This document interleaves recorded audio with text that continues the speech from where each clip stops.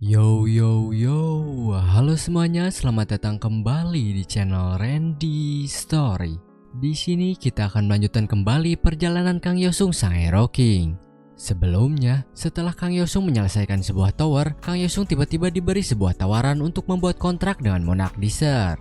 Nah, apa keputusan yang akan diambil oleh Kang Yosung? Apakah dirinya akan menerima kontrak tersebut atau tidak? Tanpa banyak basa-basi lagi, kita langsung aja masuk ke dalam ceritanya.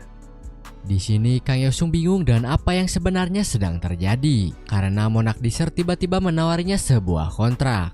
Kontrak tersebut akan ditandai dengan sebuah kalung. Ketika Kang Yosung menggunakan kalung tersebut, maka Kang Yosung otomatis akan langsung menyetujui kontraknya. Tapi di sini Kang Yosung masih sangat bingung dengan keputusan apa yang harus dirinya ambil. Karena kalau dirinya menerima kontrak tersebut, maka dirinya akan punya kontrak ganda. Di sisi lain, Monarch Desert pun tidak melarang Kang Yosung untuk menerima kontrak tersebut dan malah mendorong Kang Yosung untuk menerimanya. Karena sudah disetujui oleh Monarch Desert, akhirnya Kang Yosung pun menerima kontrak tersebut dan berakhir memiliki kontrak ganda. Selain itu, Kang Yosung juga mendapatkan sebuah item bernama Stone of Awakening dan skill bernama Assassination Notice. Setelah itu, Kang Yosung pun kembali lagi ke dunia nyata dan dirinya tidak menyangka kalau sang monark tersebut adalah si Tuan Putri Elf. Kang Yosung juga jadi bertanya-tanya apa yang telah dikorbankan oleh Tuan Putri tersebut untuk menjadi seorang monark. Namun di sini Kang Yosung menekan dirinya untuk tidak penasaran dengan hal tersebut, lalu mendatangi si Blackie dan bertanya dirinya sedang melakukan apa. Si Blackie pun menjawab kalau dirinya sedang mengajarkan orang-orang tentang keyakinannya. Karena Kang Yosung rasa hal tersebut tidak perlu, Kang Yosung pun langsung mengusirnya karena Kang Yosung juga saat ini sedang ingin melihat keadaan dunia. Namun ketika baru melihat komputer, Kang Yosung langsung menemukan sebuah tower tier 9 bertema Raja Iblis yang gagal diselesaikan. Sehingga Kang Yosung pun langsung memasuki tower tersebut. Setelah masuk, Kang Yosung langsung diberikan sebuah jubah. Sementara itu, para penduduk tower sedang ribut untuk melarikan diri dari pasukan Raja Iblis yang menyerang desa mereka.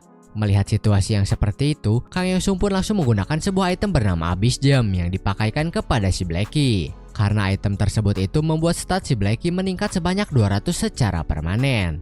Selain itu, Kang Yosung juga memerintahkan si Blackie untuk segera menyerang pasukan Raja Iblis. Para penduduk yang melihat si Blackie pun terkejut karena tiba-tiba ada monster yang melewati mereka. Namun hal tersebut langsung dijelaskan oleh Kang Yosung kalau monster yang melewati mereka itu adalah temannya. Mendengar penjelasan Kang Yosung, para penduduk pun langsung bertanya kepada Kang Yosung siapa dirinya. Kang Yosung pun menjawab kalau dirinya hanyalah seorang pengelana yang numpang lewat. Lalu para penduduk juga bertanya kepada Kang Yosung dirinya itu ada di rank apa.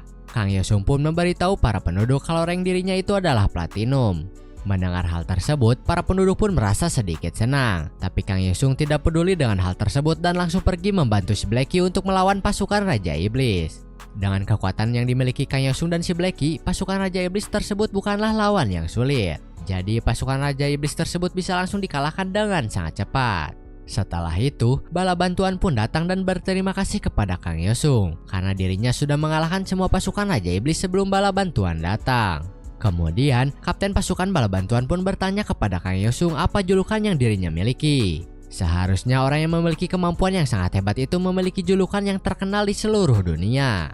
Kang Yosung pun menjawab kalau julukan yang dirinya miliki itu adalah Dark Force Master. Mendengar hal tersebut, semua orang pun terkejut dan mulai waspada dengan Kang Yosung. Melihat semua orang yang tiba-tiba berubah, Kang Yosung pun langsung bertanya apakah ada yang salah dengan julukannya itu.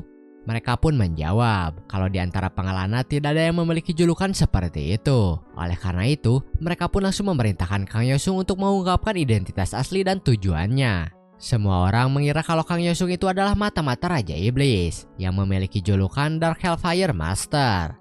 Setelah itu, seorang wanita pun tiba-tiba muncul dan berkata kepada semua orang untuk mundur. Ternyata yang datang itu adalah seorang saintis yang bernama Elysia yang kenal dengan Kang Yosung. Melihat saintis yang kenal dengan Kang Yosung, semua orang pun langsung bertanya apakah saintis memanggil player ke dalam tower lagi. Saintis pun menjelaskan kalau Kang Yosung itu memang seorang player, tapi dirinya itu bukanlah seorang musuh. Semua orang yang mendengarnya pun tidak percaya lagi dengan saintis karena sebelumnya saintis juga memanggil seorang player. Dan sekarang player tersebut malah menjadi seorang Raja Iblis yang ingin menguasai dunia mereka. Mereka semua benar-benar sudah tidak percaya lagi dengan saintis karena apa yang sudah terjadi sebelumnya. Lalu Kang Yosung pun langsung mengeluarkan skillnya untuk membungkam semua orang yang banyak bicara. Kemudian saintis pun merasa bersalah atas semua yang telah terjadi sebelumnya. Tapi di sini Kang Yosung pun langsung berkata kepada saintis kalau dirinya itu tidak butuh omong kosong seperti itu, dan langsung mengajak saintis untuk pergi ke tempat Raja Iblis untuk mengalahkannya. Ternyata yang ikut dengan Kang Yosung untuk mengalahkan Raja Iblis bukanlah saintis saja, tapi semua orang juga ikut dengan dirinya.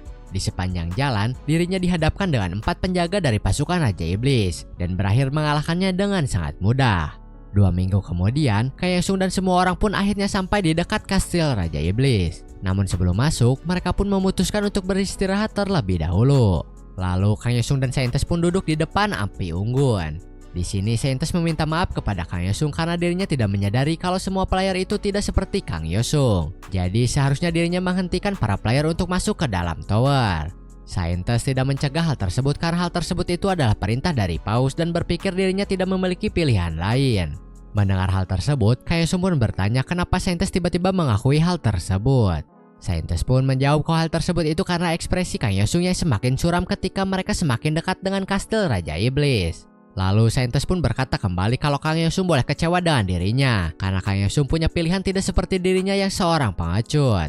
Kemudian Kang Yosung pun berkata kalau semua itu bukan karena saintis dan Kang Yosung juga tidak kecewa kepada saintis.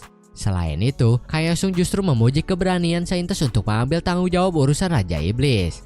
Saintis pun terharu mendengar perkataan Kang Yosung dan berkata kembali kalau hal tersebut memang misi yang dimiliki oleh saintis, jadi dirinya tidak boleh menyerah. Tidak peduli seberapa sulit itu semua karena saintis telah bertemu dengan Kang Yosung. Hanya dengan melihat Kang Yosung saja sudah membuat keberanian diri saintis meningkat dan tidak ingin melarikan diri. Setelah itu, akhirnya mereka semua pun memasuki kastil Raja Iblis. Di dalam terlihat ada seorang anak yang sedang duduk di kursi tahta yang merupakan Raja Iblis itu sendiri. Anak tersebut juga terlihat sangat percaya diri sekali. Tapi setelah Kang Yosung melepas tudung jubahnya dan berkata kalau muridnya seharusnya mengenali wajahnya, anak tersebut pun langsung terkejut karena tidak menyangka yang datang itu adalah sang Hero King.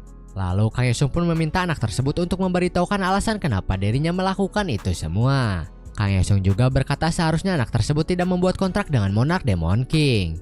Meskipun anak tersebut tidak menyukai kehidupan sekolahnya, dirinya tidak boleh membiarkan Monarch menggodanya. Kang Yosung juga setuju kalau dunia itu menyebalkan, tapi Kang Yosung tidak percaya kalau anak tersebut itu membuat kontrak dengan Monarch Demon King dengan keinginannya sendiri. Bahkan membunuh para player yang datang ke sana sebelum Kang Yosung dengan sangat brutal. Di sini Kang Yosung benar-benar menceramahi anak tersebut, tapi sang Monarch Demon King pun tidak membiarkan hal tersebut begitu saja dan memerintahkan anak tersebut untuk mengabaikannya. Setelah mendapat pesan seperti itu dari sang monark, anak tersebut pun langsung mengeluarkan kekuatannya dan hendak menyerang Kang Yosung. Namun sebelum itu terjadi, Kang Yosung pun langsung segera memotong lengan anak tersebut dan menanamkan sebuah kutukan kepadanya. Dengan kutukan tersebut, anak tersebut pun langsung tak berdaya dan meminta ampun kepada Kang Yosung. Tapi Kang Yosung membiarkannya begitu saja dan berkata kalau itulah tanggung jawab yang harus dirinya ambil karena menjadi seorang Raja Iblis. Selain itu, Kang Yosung juga berkata, ketika ada seseorang yang menjadi penjahat, maka Hero King akan datang mencari penjahat tersebut dan akan mengirimkannya ke neraka. Mendengar hal tersebut, anak tersebut pun merasa kesal karena ucapan Kang Yosung itu hanyalah omong kosong. Ketika anak kecil tersebut diganggu oleh para penjahat pun, Kang Yosung tidak datang sama sekali untuk menolongnya. Bahkan ketika anak tersebut benar-benar membutuhkan seorang pahlawan, tidak ada satupun yang datang membantunya. Kemudian, cahaya putih pun tiba-tiba muncul dan membuat semua orang yang di luar terkejut melihatnya. Dengan munculnya cahaya tersebut, tower pun dinyatakan telah selesai. Lalu di luar tower setelah beresnya tower tersebut, para wartawan pun mulai bertanya-tanya tentang perasaan Kang Yosung yang telah menyelesaikan tower tier 9 untuk pertama kalinya. Kang Yosung pun menjawab kalau hal tersebut benar-benar menjebalkan. Kang Yosung juga berkata kalau dirinya tidak punya pilihan lain selain membunuh penjahat. Tidak peduli bagaimana keadaannya, jika seseorang menjadi black player, maka itulah hari di mana orang tersebut akan ditambahkan ke daftar target Hero King. Kang Yosung juga menambahkan, kalau orang-orang tersebut juga termasuk dengan player yang membuat kontrak dengan Monarch Demon King, Evil, dan Pain. Kang Yosung berjanji akan mengejar mereka hingga ke ujung neraka dan membunuhnya. Kemudian Kang Yosung pun pulang kembali ke rumahnya. Kang Yosung juga berharap dengan ucapannya di berita tadi, para penjahat ada yang berhenti karena merasa takut dengan Kang Yosung. Selain itu, sebenarnya Kang Yosung juga tidak ingin bertarung lagi dengan penjahat seperti itu. Oleh karena itu, Kang Yosung pun mengatakan hal tersebut di berita. Di sisi lain, salah satu penjahat malah tidak merasa takut dengan ucapan Kang Yosung tersebut. Justru dirinya malah menertawakan hal tersebut dan berniat menjalankan rencananya agar dirinya dicari oleh Kang Yosung. 1 minggu setelah tower Raja Iblis diselesaikan, Kang Yosung pun dipanggil oleh si Patua. Kang Yosung dipanggil itu karena mereka memiliki permintaan di mana mereka diminta untuk menyelesaikan sebuah masalah. Lalu Kang Yosung pun melihat masalah tersebut dan merasa sedikit kesal karena masalah tersebut terjadi 3 jam setelah wawancara Kang Yosung sebelumnya. Meski si Patua dan wanita yang ada di samping Kang Yosung berkata kalau itu bukan salah dirinya, Kang Yosung pun bertanya kalau bukan salahnya kenapa Kang Yosung diminta untuk menyelesaikan masalah tersebut. Wanita di sebelahnya pun berkata kalau itu adalah tugas Kang Yosung sebagai player. Kemudian, Kang Yosung pun berkata kembali, di mana dirinya akan bertanggung jawab dengan apa yang telah dirinya katakan. Kang Yosung akan pergi ke tempat kejadian untuk menemui penjahat yang sudah menunggunya. Di sisi lain, sang penjahat pun mulai berpikir kenapa Kang Yosung tidak datang menemuinya. Apakah dirinya telah gagal menciptakan sebuah neraka? Tapi meski begitu dirinya tetap yakin kalau Kang Yosung akan datang mencarinya. Lalu kita kembali lagi ke tempat Kang Yosung berada. Di sini Kang Yosung sedang dipandu ke tempat tersebut di mana tempat tersebut adalah labirin yang telah dibuat oleh seorang player. Setelah Kang Yosung masuk ke dalam labirin tersebut, Kang Yosung pun sedikit terkejut dengan apa yang dilakukan semua orang karena mereka semua berbaring di lantai. Kemudian Kang Yosung pun langsung memasuki area 9 di labirin tersebut. Semakin tinggi tempat tersebut semakin terlihat seperti kota bawah tanah. Lalu Kang Yosung pun bertemu dengan seorang wanita tua di sana dan bertanya tentang seorang maniak yang sedang mengamuk di daerah sana. Wanita tua tersebut pun langsung mengantarkan Kang Yosung ke sebuah lokasi di mana banyak mayat berserakan. Yang ternyata mayat tersebut itu bukanlah mayat player melainkan warga biasa. Melihat hal tersebut, Kang Yosung pun bertanya kepada wanita tua, apakah dirinya tahu sesuatu tentang pelakunya?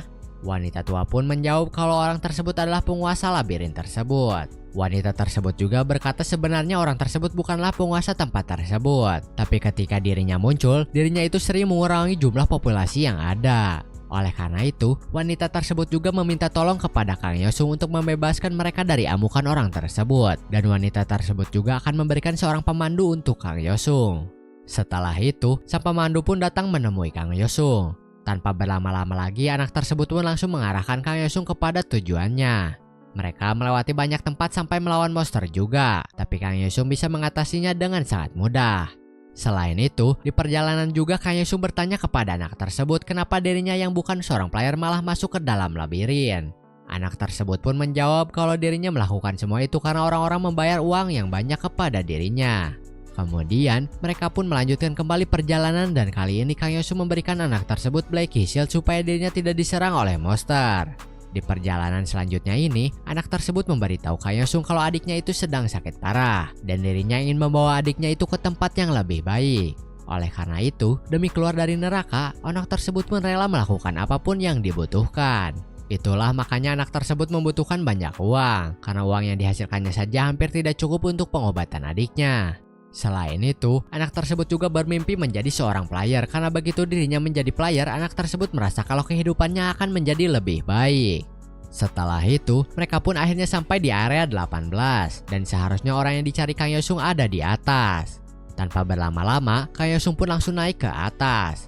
Sesampainya di atas, Kang Yosung langsung ditanya oleh sang penjahat bagaimana perasaan Kang Yosung mencapai puncak tower yang dibuat oleh seorang manusia. Kang Yosung pun menjawab kalau hal tersebut itu seperti neraka. Lalu mereka pun langsung mengeluarkan senjata masing-masing dan mulai bertarung. Di sini mereka berdua saling beradu pedang dengan sangat intens. Selain itu, si penjahat juga berkata kalau rasa sakit yang diberikan oleh Kang Yosung kepada dirinya itu hanya membuat dirinya menjadi lebih kuat. Sementara itu Kang Yosung juga setuju dengan hal tersebut. Tapi Kang Yosung tidak menyangka kalau penjahat tersebut akan sekuat itu dalam waktu 1 bulan saja. Alasan orang tersebut menjadi seorang penjahat adalah karena dulu dirinya pernah menjadi seorang player naik daun di season ketiga. Tapi hal tersebut tidak diterima oleh orang-orang karena dirinya adalah mantan pembunuh bayaran yang menjadi seorang hero. Selain itu, orang tersebut juga akhirnya membuat kontrak dengan Monarch Fan sehingga Kang Yosung harus mengalahkannya sesuai dengan janji yang diucapkan di berita. Kemudian, si penjahat pun mulai bercerita tentang karakteristik labirin tempat mereka berada sekarang. Namun Kang Yosung tidak ingin mendengar terus cerita dari seorang penjahat seperti dirinya dan memilih maju untuk menyerang penjahat tersebut. Dengan begitu, pertempuran mereka pun dimulai kembali. Di sini serangan Kang Yosung bisa dihindari dengan mudah oleh si penjahat. Lalu si penjahat pun mulai maju untuk menyerang balik. Namun Kang Yosung sudah menyiapkan sebuah perangkap tali yang membuat si penjahat tidak bisa maju lebih jauh lagi. Kemudian si penjahat pun bertanya kepada Kang Yosung, kenapa dirinya tidak langsung membunuh dirinya dengan menarik tali yang sedang mengekangnya. Apakah Kang Yosung merasa kasihan dengan dirinya? Kang Yosung pun menjawab kalau Hero King tidak perlu bersimpati dengan seorang penjahat. Kang Yosung juga langsung menyerang penjahat tersebut dengan pedangnya dan membuat penjahat tersebut terpukul mundur.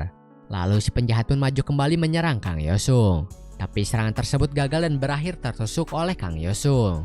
Melihat penjahat tersebut tertusuk, Kang Yosung pun sedikit terkejut melihatnya. Kemudian penjahat tersebut pun berkata meski dirinya mati di sana, dirinya tidak akan benar-benar mati karena dirinya hanya akan dikeluarkan dari labirin tersebut. Selain itu, penjahat tersebut juga akan menjadi lebih kuat lagi berkat rasa sakit yang diberikan oleh Kang Yosung. Mendengar hal tersebut, Kang Yosung pun merasa kesal lalu melempar orang tersebut dari lantai atas area 18. Karena di sini Kang Yosung tahu kalau seorang player mati di sana karena terjatuh maka dirinya akan benar-benar mati. Namun sayangnya notifikasi pun mengalami error sehingga Kang Yosung pun protes karena dirinya tidak tahu penjahat tersebut sudah mati atau belum. Setelah itu, Kang Yosung pun tiba-tiba dipanggil oleh Heavenly Demon untuk memasuki towernya. Karena tidak punya pilihan lain, Kang Yosung pun langsung masuk ke tower tersebut. Setelah masuk, Kang Yosung pun langsung meminta hadiah kepada Heavenly Demon yang dimana hadiah yang dirinya minta itu adalah kekuatan dari Heavenly Demon itu sendiri. Mendengar hal tersebut, Heavenly Demon pun bertanya apa yang mau Kang Yosung gunakan dengan kekuatannya itu. Apa yang Kang Yosung cari lagi, padahal Kang Yosung sudah mengalahkan 2 monark. Kang Yosung pun menjawab kalau yang dirinya cari itu adalah akhir dari game yang mengekang semua orang. Jika game tersebut tidak pernah ada, maka semua yang telah terjadi sebelumnya itu pasti tidak akan pernah terjadi. Meski Kang Yosung harus menghentikan para monark pun, Kang Yosung dengan senang hati akan melakukan hal tersebut. Jika hal tersebut benar-benar hal yang harus dilakukan untuk mengakhiri gamenya. Kang Yosung benar-benar ingin mengakhiri semuanya untuk memastikan game tersebut tidak lagi bisa mengendalikan orang-orang. Mendengar hal tersebut, Heavenly Demon pun tertawa karena Kang Yosung ingin membunuh semua monark yang ada dan mengakhiri gamenya.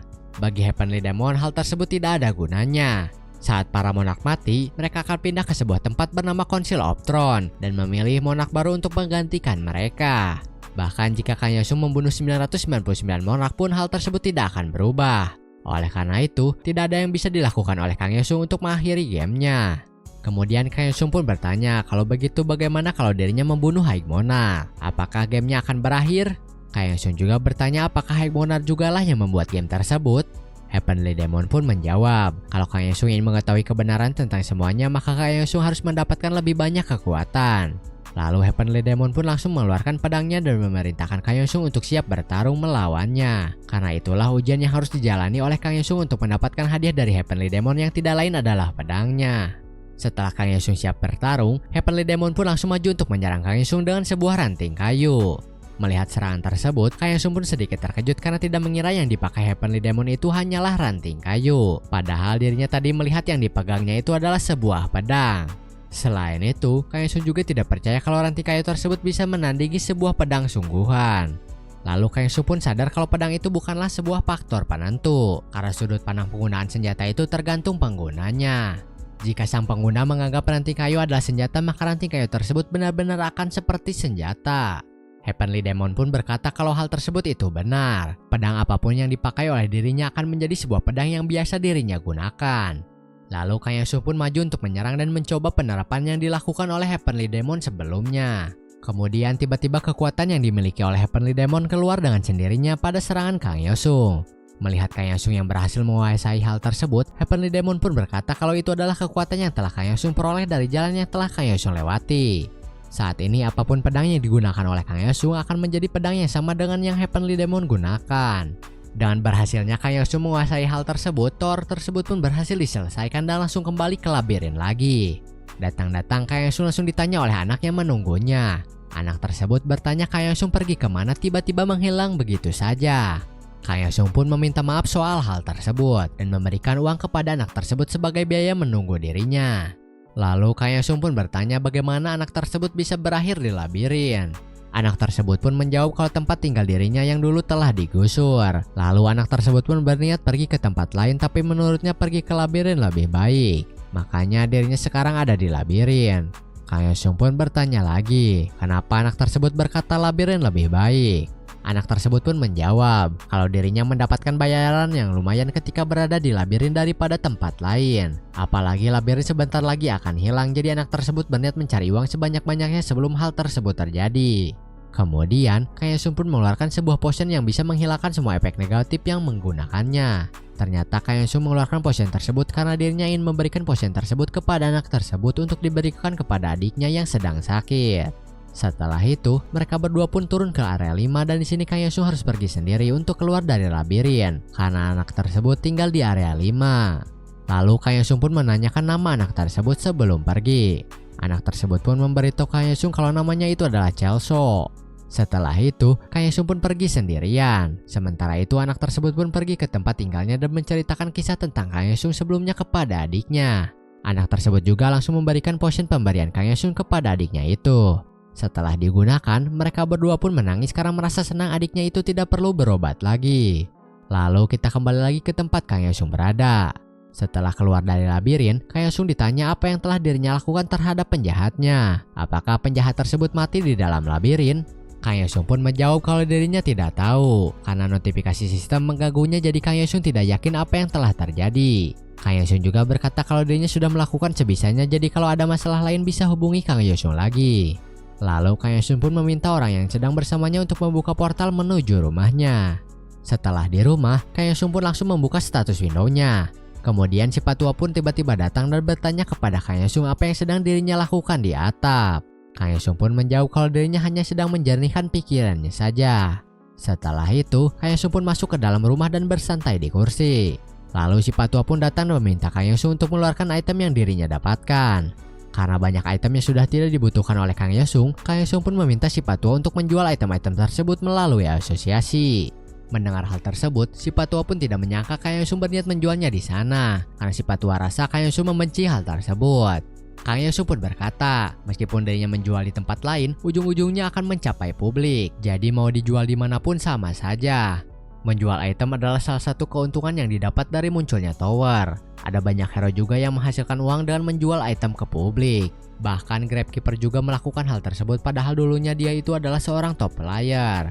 Tapi meski hal tersebut adalah keuntungan, pada musim kedua hal tersebut juga menjadi sebuah bencana. Waktu itu item banyak yang bocor karena tidak ada yang memeriksanya. Oleh sebab itu para player jadi tidak siap untuk menyelesaikan tower dan berakhir tower gagal diselesaikan. Oleh karena itu, dari musim ketiga dan seterusnya, item yang berasal dari tower diatur dengan ketat untuk publik. Setelah itu, Kang pun bertanya kepada si Patua. Menurut dirinya, apa yang akan terjadi jika gamenya itu berakhir? Bukankah kalau game berakhir maka item juga akan menghilang? Patua pun menjawab meski begitu dirinya tetap ingin gamenya berakhir. Dan berakhirnya game tersebut, maka mereka bisa kembali ke kehidupan dulu di mana mereka bekerja di bidang e-sport kembali. Keesokan harinya, Kang pun keluar dengan melakukan penyamaran agar semua orang tidak tahu kalau dirinya itu adalah Hero King. Namun meski begitu ternyata para wartawan masih mengenalinya dan mulai menanyakan beberapa pertanyaan mengenai item yang hendak Kang masukkan ke asosiasi. Tapi tiba-tiba pemberitahuan kalau seasonnya akan segera berakhir membuat Kang tidak sempat menjawab pertanyaan para wartawan. Selain itu, Kang juga cukup terkejut karena seasonnya berakhir lebih cepat dari biasanya. Oleh karena itu, Kang pun langsung menggunakan perlengkapannya dan langsung mengeluarkan skillnya untuk segera memasuki tower. Di sini si Patua juga langsung ikut dengan Kang untuk memasuki tower tersebut. Kemudian, mereka berdua pun langsung pergi untuk memasuki tower tersebut. Dengan Kang berkata kalau dirinya akan menyelesaikan gamenya sampai akhir. Mungkin cukup sekian untuk video kali ini. Ini adalah episode terakhir dari Manhwa Insanely Talented Player. Kalian penasaran kan apa yang akan terjadi di akhir season game yang dimainkan oleh Kang Yosung? Dan apa yang akan Kang Yosung lakukan selanjutnya untuk menyelesaikan game tersebut? Nah, kita nantikan saja kelanjutannya di season keduanya. See you in the next video. Bye-bye.